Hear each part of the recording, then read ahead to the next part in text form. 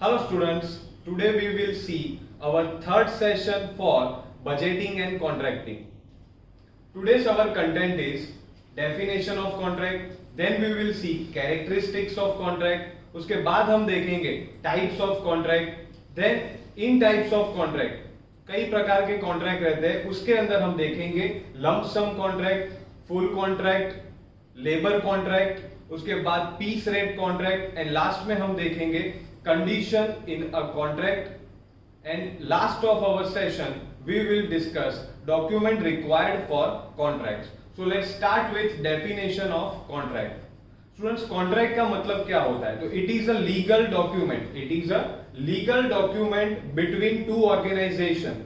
कोई भी दो ऑर्गेनाइजेशन है जिसके बीच में कोई लीगलाइज डॉक्यूमेंट एक्सचेंज होता है तो उसको हम कॉन्ट्रैक्ट कहते हैं. तो कॉन्ट्रैक्ट का मतलब क्या होगा?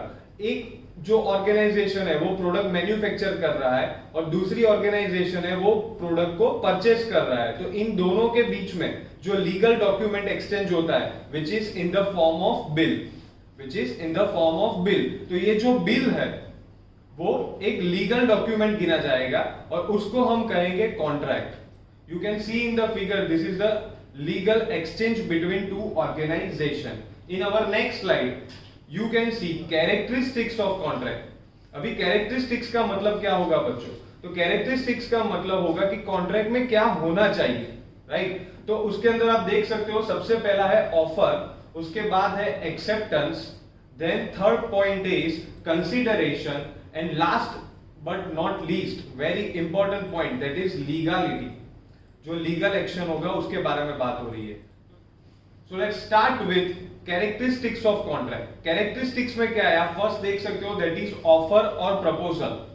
ऑफर का मतलब क्या होगा? जो मैन्युफैक्चरर है वो अपनी जो प्रोडक्ट है वो इश्यू करेगा वहां पे. Second one is acceptance. Acceptance के अंदर स्टूडेंट्स क्या होगा? जो ऑफर मैन्युफैक्चरर ने रखी है वो ऑफर जो बायर है वो एक्सेप्ट करेगा, राइट? तो उसके अंदर क्या होगा? जो कॉन्ट्रैक्टर है वो अपने वर्क की वहां पे पूरी गारंटी देगा. Third one is consideration. अभी कंसीडरेशन में क्या होगा? जो मैन्युफैक्चरर है और जो बायर है दोनों के बीच में कोई लीगल ऑब्लिगेशन नहीं होना चाहिए. वहां पे कोई लीगल ऑब्लिगेशन नहीं होना चाहिए, क्योंकि अगर लीगल ऑब्लिगेशन वहां पे कुछ भी हो रहा है तो फिर वो कॉन्ट्रैक्ट कैंसिल हो जाएगा, राइट? वो कॉन्ट्रैक्ट वहां पे क्रिएट ही नहीं होगा. तो दोनों के बीच में कोई इश्यूज होने चाहिए नहीं. And the last one is legality of purpose. तो उसके अंदर क्या आता है? तो if any legal action will be create, मतलब अगर कुछ भी लीगल एक्शन वहां पे हुआ, राइट, तो पेनल्टी के फॉर्म में वहां पे कॉन्ट्रैक्ट का एंड होगा, राइट? तो these are the characteristics of contract. In our next slide you can see types of contract. अभी आप देख सकते हो कौन कौन से टाइप है यहाँ पे. तो लंप सम कॉन्ट्रैक्ट है, फुल कॉन्ट्रैक्ट है, उसके बाद मटीरियल कॉन्ट्रैक्ट है, then labour contract and last one is turnkey contract.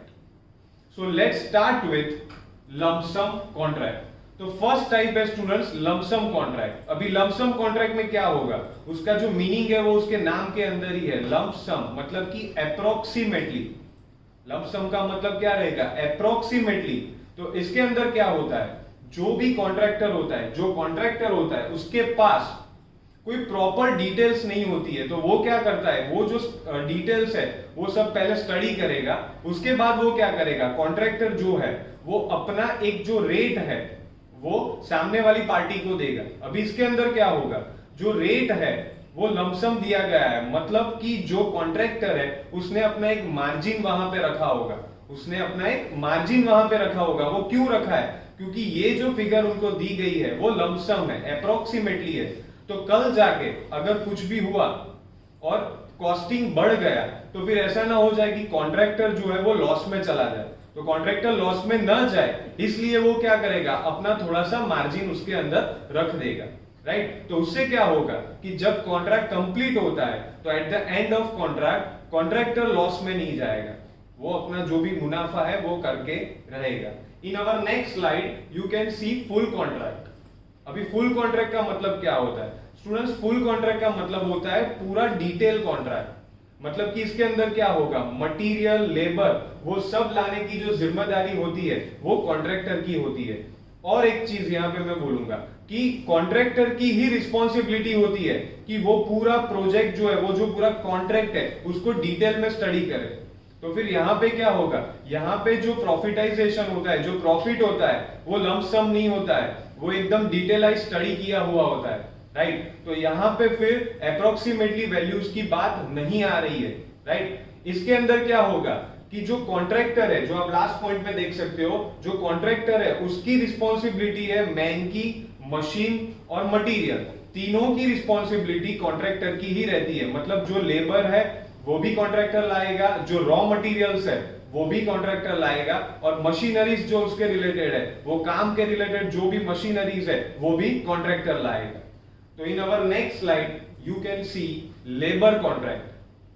अभी आप फिगर में देख सकते हो कि सिर्फ लेबर दिख रहे हैं, राइट। तो इस टाइप के कॉन्ट्रैक्ट में क्या होता है, जो मटीरियल होता है वो मटीरियल सब पार्टी आपको लाके देगी, मतलब जो अदर पार्टी है वो आपको सब मटेरियल और मशीन्स वगैरह सब लाके देंगे, बट जो लेबर है वो कॉन्ट्रैक्टर प्रोवाइड करेगा। तो इसके अंदर क्या होता है, कई सारी कंसल्टेंसीज मार्केट में चल रही है जो सिर्फ लेबरेज पे काम करती है।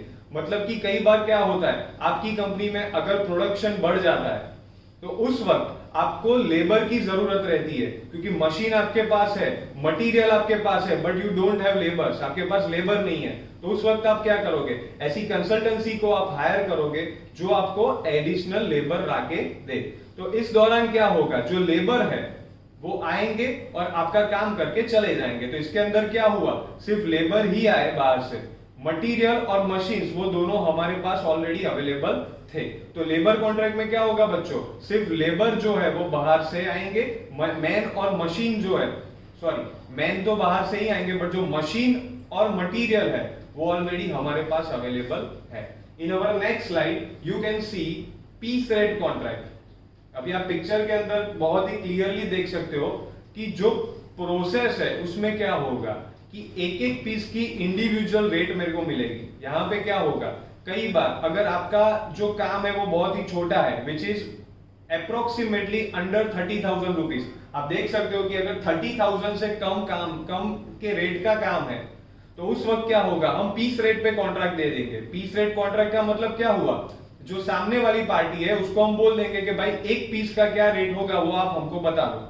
तो उसके बेसिस पे वो क्या करेगा, एक पीस का भाव इंक्लूडिंग ऑल मटेरियल, लेबरेज, ओवरहेड, वो सब ऐड करके वो हमें बता देगा कि सर एक पीस आपको इतने रुपए में पड़ेगा। तो उसको हम बोलते हैं पीस रेट कॉन्ट्रैक्ट। जनरली क्या होता है, जब कॉन्ट्रैक्ट लेस देन 30,000 मतलब कि अमाउंट कम होती है, उस दौरान इस टाइप के कॉन्ट्रैक्ट होते हैं। वो क्यों होता है, क्योंकि अगर कॉन्ट्रैक्ट बहुत ही लंबा है, मतलब कि लंबी अमाउंट का है, like in lakh of rupees, तो उस वक्त क्या होगा, उस वक्त अगर आप इन हाउस प्रोडक्शन कर दो तो वो आपको प्रॉफिटेबल रहेगा। बट जब छोटा कॉन्ट्रैक्ट होता है, जब अमाउंट कम होती है, तो उस वक्त हम पीस रेट वाला कॉन्ट्रैक्ट प्रिफर करते हैं। In our next slide you can see conditions in contract. अभी ये बहुत ही इंपॉर्टेंट टॉपिक है बच्चों, क्योंकि कंडीशंस कौन कौन सी हम रखेंगे जब हम किसी और पार्टी के साथ कॉन्ट्रैक्ट कर रहे हैं। तो फर्स्ट जो कंडीशन है वो आप देख सकते हो, दैट इज बैड वर्कमैनशिप। जो कॉन्ट्रैक्ट जब आप कर रहे हो तो सामने वाली पार्टी को जो भी काम है वो क्वालिटी वर्क आपको देना पड़ेगा, जो वर्कर है वो भी स्किलफुल होने चाहिए। In next condition you can C delay in work. अगर डिले हुआ काम में तो फिर क्या पेनल्टी रहेगी वो आपको वहां पे डिसाइड करना पड़ेगा। पेनल्टी रुपए के फॉर्म में ही होनी चाहिए कि अगर उन्होंने आपको जो पीसीस चाहिए वो लेट दिए तो आप क्या करोगे, तो आप वहां पे उनका जो रेट है वो कट कर दोगे। In our next slide, you can see some more conditions of contract. उसके अंदर आप देख सकते हो हायरिंग मटेरियल्स। तो मटेरियल्स का भी वहां पे तय हो जाना चाहिए कि जो मटेरियल्स है, मशीनरीज है, मशीनरीज की भी हायरिंग की यहाँ पे बात हो रही है। तो मशीनरी है वो कौन लेके आएगा, कॉन्ट्रैक्टर मशीनरी लेके आएगा कि नहीं आएगा। हमें उनको अगर मशीनरी प्रोवाइड करनी है तो वो हमें एडवांस में उससे बात कर लेनी पड़ती है। तो वो कॉन्ट्रैक्ट में ये कंडीशन आपको मेंशन करनी पड़ेगी कि कॉन्ट्रैक्टर को ही मशीनरी लेके आनी है। Next you can say mode of payment. अभी मोड ऑफ पेमेंट में क्या होगा बच्चों, मोड ऑफ पेमेंट में आप देख सकते हो कि जो एडवांस पेमेंट है उसका वहां पे क्लैरिफिकेशन होना चाहिए, और बाकी का जो रीपेमेंट है, मतलब कि काम खत्म हो जाए उसके बाद का पेमेंट कैसा होगा तो वो भी आपको वहां पे मेंशन करना पड़ेगा। In next slide, you can see some more conditions of contract. Labor facility. तो लेबर जो है उसको आप देख सकते हो कि जो पानी पीने की फैसिलिटी है, खाना खाने की फैसिलिटी है, वो हमें वहां पे प्रोवाइड करने पड़ेगी। अगर ओवर टाइम वो कर रहे हैं तो हम उसको क्या चार्जेस देंगे वो भी हमें वहां पे मेंशन करना पड़ेगा। तो ये सारी चीज है जो लेबर की रिलेटेड फैसिलिटीज है वो हमको वहां पे प्रोवाइड करनी पड़ती है। Next one is dispute and settlement. अगर दो पार्टी के बीच में ढेर सारी कंडीशन रखने के बाद भी अगर दो पार्टीज के बीच में कोई इश्यू हुआ तो उसको हम कैसे सॉल्व करेंगे वो हमें कॉन्ट्रैक्ट में मेंशन करना पड़ेगा, right. So in today's our session जो लास्ट टॉपिक है that is document required for contract. आज के सेशन का ही हमारा लास्ट टॉपिक है कि कौन कौन से डॉक्यूमेंट्स है जो आप यहाँ पे देख सकते हो। तो सबसे पहले है that is conditions of contract. उसके बाद है जो टेंडर फॉर्म, टेंडर फॉर्म वहां पे अटैच होना चाहिए। Security deposit is a next point, मतलब कि सिक्योरिटी डिपॉजिट जो है वहां पे कॉन्ट्रैक्टर को रखनी पड़ेगी कि वो बीच में से काम छोड़ के चला गया तो हम क्या करेंगे, तो जो सिक्योरिटी डिपॉजिट है वो रख लेंगे। उसके बाद आप देख सकते हो that is quality of work.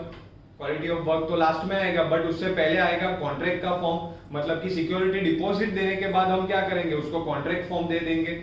उसके बाद आएगा डिटेल स्पेसिफिकेशन। अभी जो कॉन्ट्रैक्ट उसके साथ तय हुआ है उसका डिटेल स्पेसिफिकेशन वहां पे होना चाहिए। And last one is quality of work which is very important. Quality of work उसको वहां पे करके देना पड़ेगा। तो आज के सेशन के जो इंपॉर्टेंट क्वेश्चंस हैं वो आपको आपकी स्क्रीन पे अभी दिख रहा है। इसके रिगार्डिंग अगर आपको आंसर देने हो तो नीचे कमेंट बॉक्स में लिंक हमने दी हुई है, उसमें जाके आप आंसर दे सकते हो। In our next sessions we will discuss some more interesting thing about budgeting and contracting as well as for estimating, costing and contracting. Thank you.